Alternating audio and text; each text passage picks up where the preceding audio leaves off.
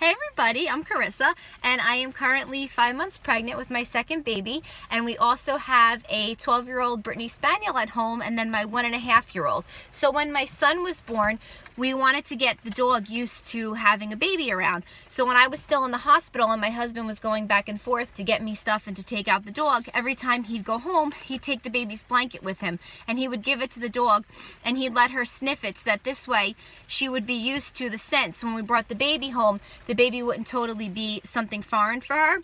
So one of the things that experts suggest, that when they do suggest that that's something that you do, but they say that to let the dog, not necessarily just give the blanket to the dog, to keep the dog in, to keep the blanket in your space and to establish boundaries, so the dog knows that that's the scent that belongs to the baby, that's yours, that you are in charge of it, and then kind of slowly let the dog, you know, get near the blanket, just to kind of teach them what you're going to do when the baby gets there.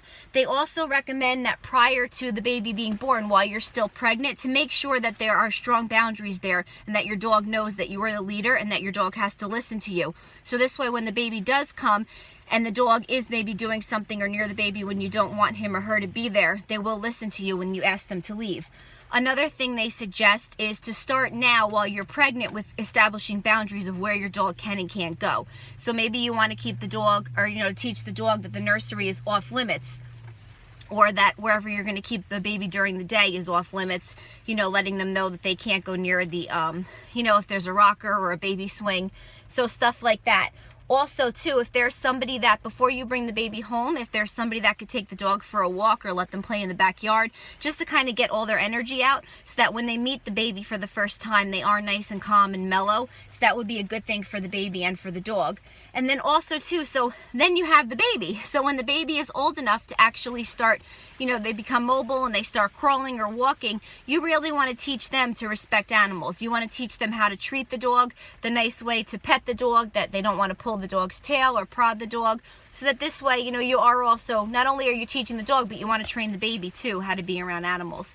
And one of the things that the ASPCA actually recommends that you do is, while you're still pregnant, is to actually start to very gently maybe pull the dog's ear, pull the dog's tail, poke the dog, prod the dog, pull its fur, all things that a baby might do, because you want to get them used to those feelings. But they also recommend that you give them a treat right after. So maybe you pull their ear gently, but then you give them a treat. You pull their tail, but then you give them a treat. So this way they're kind of associating those feelings with something good, so that when the baby does do it, if it, because it is going to happen. My son does it all the time. We try to keep him away from the dog, and he thinks he's playing, but they don't understand. They're babies. They don't understand. The dog doesn't understand. And you might have the most calm, gentle animal, and things still do happen. So if you get the dog used to it ahead of time, they say that that's a lot better.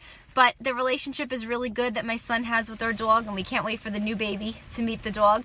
But again, ultimately, remember that as awesome as that relationship is and how good it is for kids to grow up with animals, that unfortunately, if you don't feel that your child is safe in the house with your dog, then you might, want to think about finding them another good home. All right, so good luck, and I'll talk to you later. Bye.